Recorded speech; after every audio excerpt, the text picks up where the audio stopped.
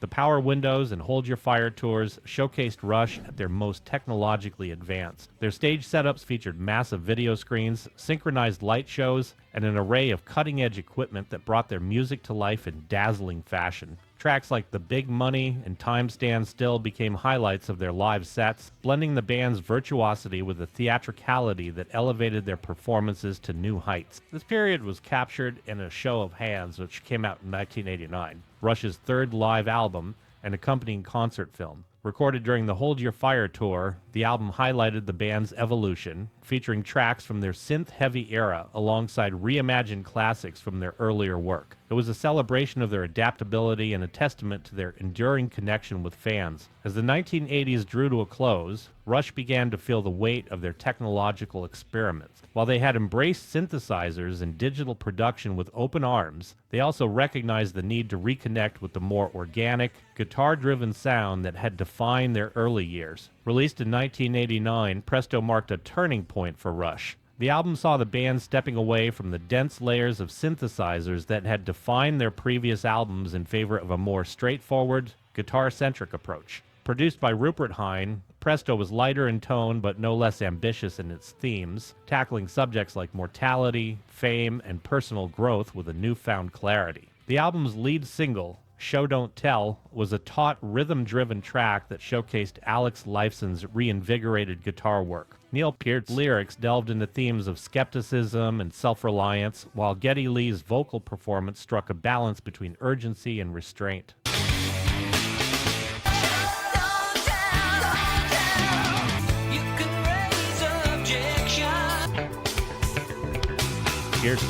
The song became a hit on rock radio, signaling that Rush was still capable of creating powerful, relevant music. The Past was one of the album's most poignant moments, addressing the sensitive topic of teens calling it quits with compassion and thoughtfulness. Peart's lyrics avoided melodrama, focusing instead on the importance of perseverance and hope. Lifeson's melodic guitar lines and Lee's emotive delivery made the song an emotional high point. Other standout tracks included Superconductor, a satirical take on celebrity culture, and War Paint, which explored themes of identity and self-perception. While Presto didn't achieve the same commercial success as some of Rush's earlier albums, it was a critical success and reaffirmed the band's commitment to evolution and authenticity. Rush followed Presto with Roll the Bones in 1991, an album that further embraced their stripped-down approach while exploring themes of chance, destiny, and mortality. The title itself was a reference to taking risks and embracing the uncertainties of life, a fitting metaphor for the band's own career.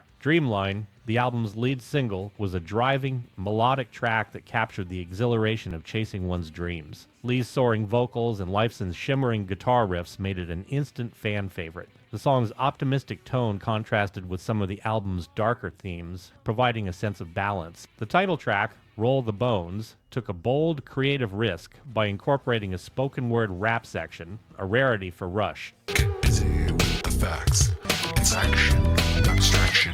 Can't get no satisfaction from facts of fact from known to known. The experiment divided fans, but the song's groove-driven rhythm and philosophical lyrics about life's unpredictability made it a memorable centerpiece. Bravado was another standout, a reflective ballad about perseverance in the face of failure. Lifeson's understated guitar work and Lee's heartfelt vocals imbued the song with a quiet power, while Peart's lyrics offered a message of resilience and humility. Other tracks like Heresy and The Big Wheel delved into geopolitical and personal themes, showcasing Peart's continued ability to blend the universal with the intimate. The album closed with You Bet Your Life, a quirky, upbeat track that emphasized the importance of embracing life's uncertainties. Roll the Bones was a commercial success, reaching number 3 on the Billboard 200 and earning the band another platinum certification. The accompanying tour was one of Rush's most successful, featuring a mix of new material and reimagined classics, performed with the precision and energy fans had come to expect. We were kind of burned out from touring. We took a good break and got back into that record with a lot of enthusiasm. And the tour that followed was probably one of the best tours we've ever done. We went to really good parts of America and the good parts. We went to a bunch of good parts. Not all the good parts, mind you, but we went to a number of good parts there. As the decade progressed, Rush released Counterparts in 1993 and Test for Echo in 1996, albums that continued their return to a heavier, guitar-driven sound. Counterparts in particular was praised for its raw energy and introspective themes, with tracks like Animate, Nobody's Hero, and Stick It Out. Don't swallow your anger. You might be too dizzy. Don't swallow the truth. Test for Echo saw the band exploring new rhythmic structures and themes, with Piert drawing inspiration from his studies with jazz instructor Freddie Gruber. Test for echo.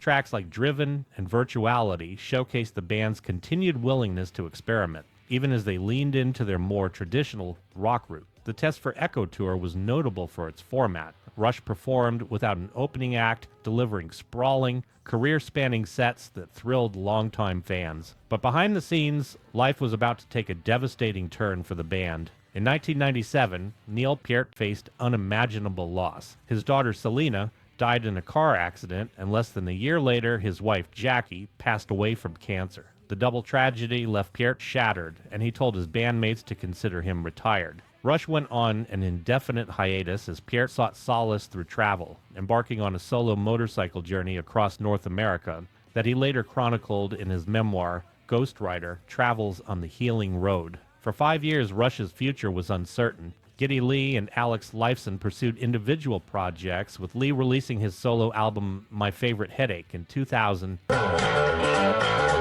Like in the title track, My Favorite Headache, for example, one of the most aggressive guitar sounds on the record is not a guitar, it's a bass playing these really outrageous chords.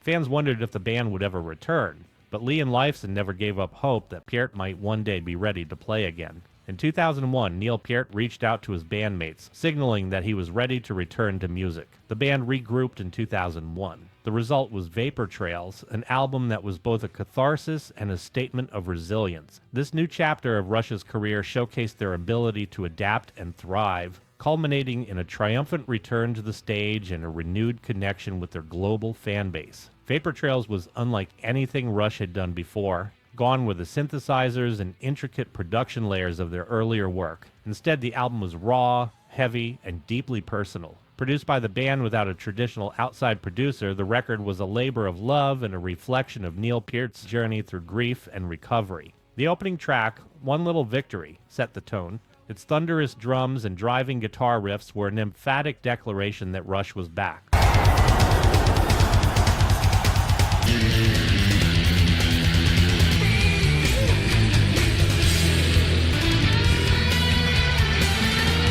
The song's lyrics, penned by Peart, celebrated perseverance and small triumphs in the face of adversity. Geddy Lee's vocals carried a newfound emotional weight, while Alex Lifeson's guitar work roared with urgency. Ghostwriter, inspired by Peart's memoir of the same name, delved into his solitary motorcycle journey across North America. The song captured both the pain of loss and the hope of healing, its introspective lyrics underscored by a soaring melody. Peaceable Kingdom addressed the fragility of peace in a post-9/11 world, blending Peart's philosophical musings with Lifeson's layered guitar textures. The album also featured Earthshine, a powerful track that highlighted Lifeson's innovative use of chords and textures, and Secret Touch, a meditative exploration of impermanence and resilience. Throughout Vapor Trails, the band's commitment to honesty and emotional depth resonated with fans, even as some critiqued the album's dense and unpolished production. Despite its polarizing sonic quality,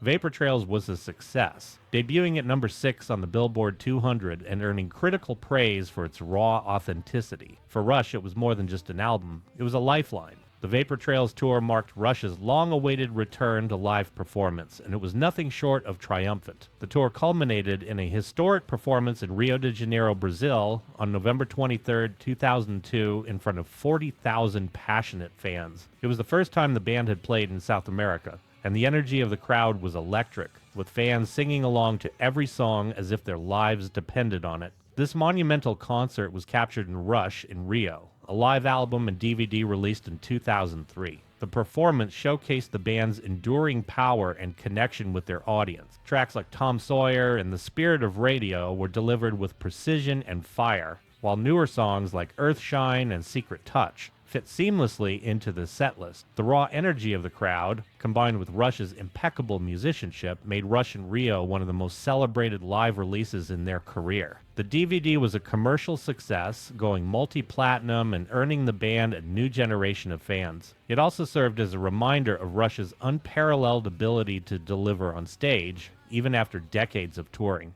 In 2004, Rush celebrated their 30th anniversary with Feedback, an EP of covers that paid homage to the bands and songs that had influenced them in their early years. The 8-track release included spirited renditions of classics like The Who's The Seeker, Buffalo Springfield's For What It's Worth, and Cream's Crossroads. It was a rare moment of playful nostalgia for a band known for forging ahead. The accompanying R30 tour was a retrospective celebration of Rush's legacy. The setlist spanned their entire career, from early tracks like Working Man to recent favorites like Earthshine. The tour was a resounding success, culminating in the release of R30 30th Anniversary World Tour, a DVD that captured the band's dynamic performance in Frankfurt, Germany. After taking some time off, Rush returned to the studio in 2006 to work on their 19th studio album, Snakes and Arrows. Produced by Nick Raskulinecz, the album was a blend of intricate musicianship, introspective lyrics, and a renewed focus on melody. Released in 2007, it was another critical and commercial success, debuting at number 3 on the Billboard 200. Tracks like Far Cry and Spindrift captured the band's ability to balance complexity with accessibility, while instrumentals like The Main Monkey Business showcased their virtuosity. The album's themes of faith, skepticism, and resilience resonated deeply with fans, cementing Snakes and Arrows as one of their strongest late-career efforts. The accompanying tour was another triumph, featuring an elaborate stage setup and a set list that included both new material and fan favorites. Rush continued to prove that they were not only surviving, but thriving, defying the odds and redefining what it meant to be a rock band in the 21st century. By the late 2000s, Rush had solidified their reputation as one of the most enduring and innovative bands in rock history. But true to their ethos, they weren't content to coast on past glories. Instead, they embarked on what would become their final creative chapter, marked by the ambitious Clockwork Angels and a farewell tour that honored their legacy while bringing their storied career to a poignant close. Released in 2012, Clockwork Angels was Rush's 20th and final studio album, and it was nothing short of a magnum opus. The album was a concept record,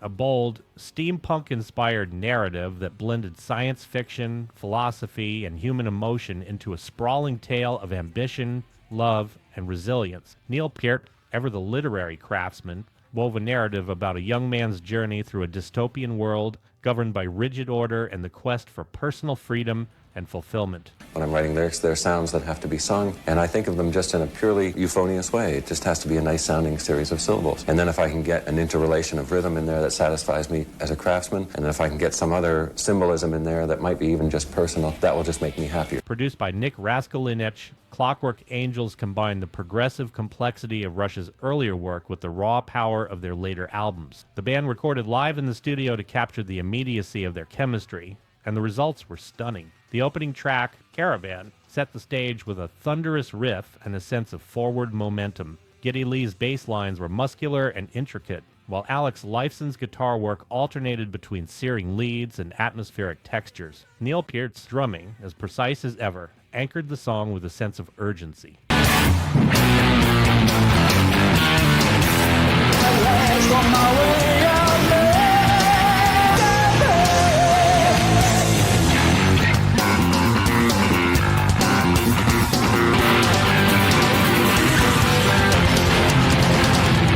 BU2B, short for Brought Up to Believe, explored themes of faith and disillusionment, while the title track, Clockwork Angels, painted a vivid picture of a mystical world ruled by the Watchmaker. The album's authoritarian antagonist, Lifeson's soaring solos, and Peart's intricate lyrics brought the story to life, while Lee's vocals conveyed both wonder and defiance. One of the album's emotional high points was The Garden, a reflective ballad that served as the album's closing track. With its lush arrangement and introspective lyrics, the song offered a meditation on the passage of time and the legacy we leave behind. For many fans, it felt like a fitting farewell, even before the band announced their retirement. Look at the cover for this album closely, and you'll see that the clock is quoting a title for an earlier album. First in the comment section wins. Clockwork Angels was a critical and commercial success, debuting at number 2 on the Billboard 200 and earning widespread acclaim for its ambition and execution. The album was also adapted into a novel by Peart and science fiction author Kevin J. Anderson, further expanding the story's universe. The Clockwork Angels tour was one of the most elaborate productions in Rush's history. The band performed with a string ensemble for the first time,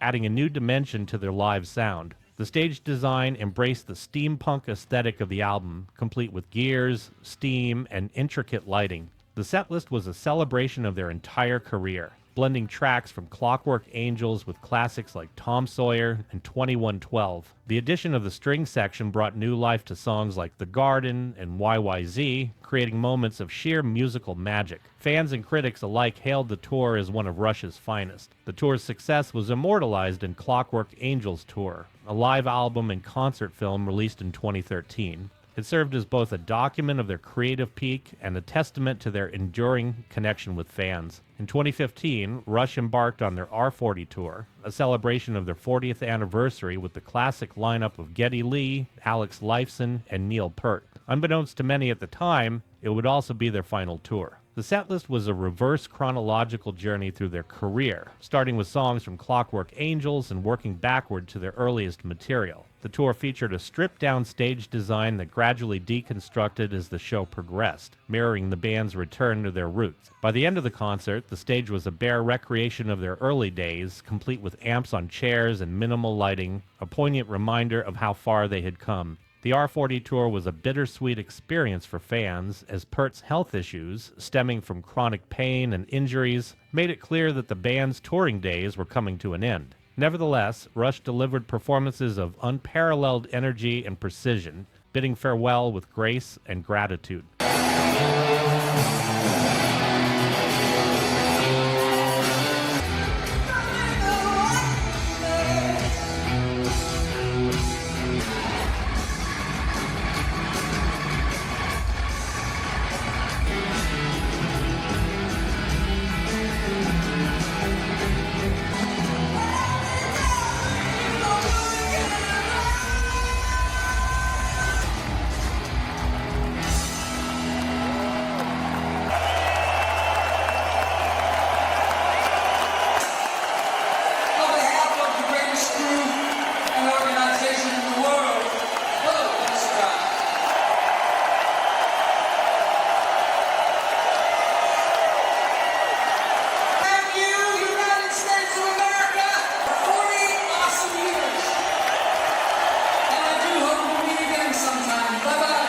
In January 2018, Alex Lifeson confirmed that Rush had officially disbanded, citing Peart's health and the band's mutual decision to retire from touring. 2 years later, on January 7, 2020, Neil Peart passed away from glioblastoma, a form of brain cancer. The loss was profound, not only for Lee and Lifeson, but for millions of fans around the world. Peart's passing marked the end of Rush, but his legacy as a drummer, lyricist, and human being remains indelible. His influence on music and literature, as well as his resilience in the face of personal tragedy, continues to inspire. Rush's journey from a Toronto bar band to one of the most innovative and respected acts in rock history is a testament to their talent, perseverance, and unyielding dedication to their craft. Over the course of 4 decades, they released 19 studio albums, earned countless awards, and influenced generations of musicians. Their music, characterized by virtuosic performances, complex compositions, and thought-provoking lyrics, transcended genres and trends. Whether exploring sci-fi epics, philosophical musings, or deeply personal themes, Rush never compromised their artistic integrity. Rush was never just a band, they were a cultural phenomenon with an uncanny knack for showing up in the funniest places. For a group of musicians renowned for their mind-bending time signatures, dystopian sci-fi lyrics, and jaw-dropping virtuosity,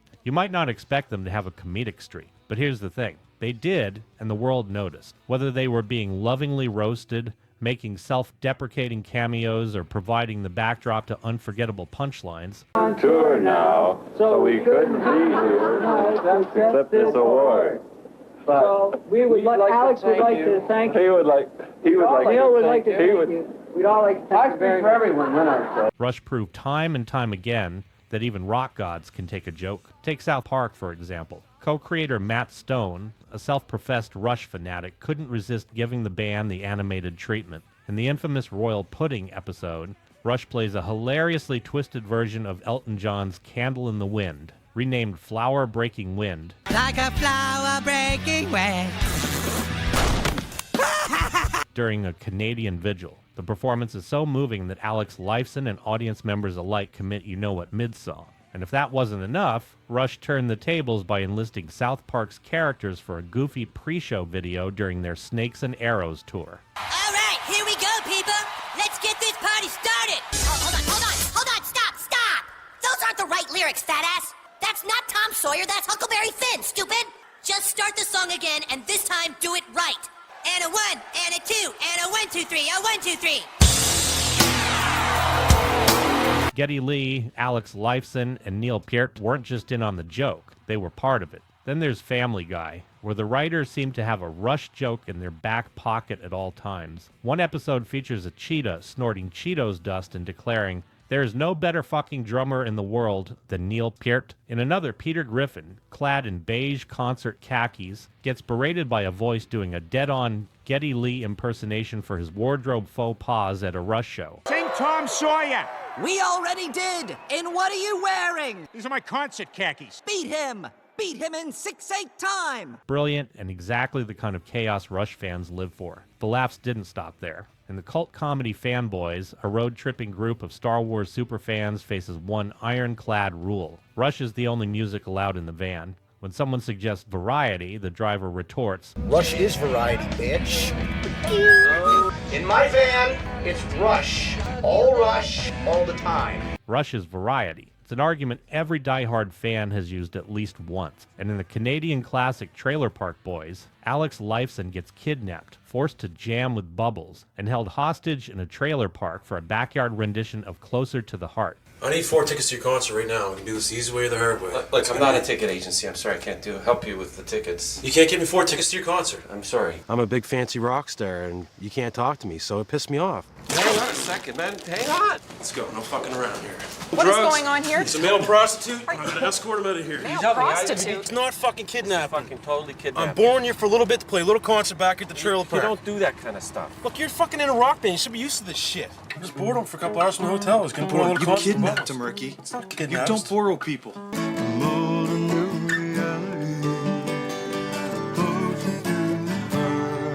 Lifeson plays along with perfect deadpan humor, proving that the band's offstage chops weren't limited to their instruments. And of course, who could forget I Love You Man, where Jason Segel and Paul Rudd's bromance blooms over their shared obsession with Rush. The duo fangirls over the band hilariously fumbles their way through a jam session of Limelight. The movie struck such a chord with fans that Segel, Rudd, and Rush later reunited for a Funny or Die skit. 7 females at a Rush concert. Must be some kind of a world record. We understand when we're not wanted. Finally. Rush's pop culture cameos weren't just funny. They were self-aware, charming, and cemented their status as the coolest nerds in rock. For a band that spent decades crafting intricate, high-concept music, their ability to laugh at themselves and let others laugh with them was yet more evidence of their one-of-a-kind legacy. Rush was a legendary band in every sense and definitely deserved a full 3-part series. I also did a series on the life of Eddie Van Halen, so make sure to check that out. I left the link in the description.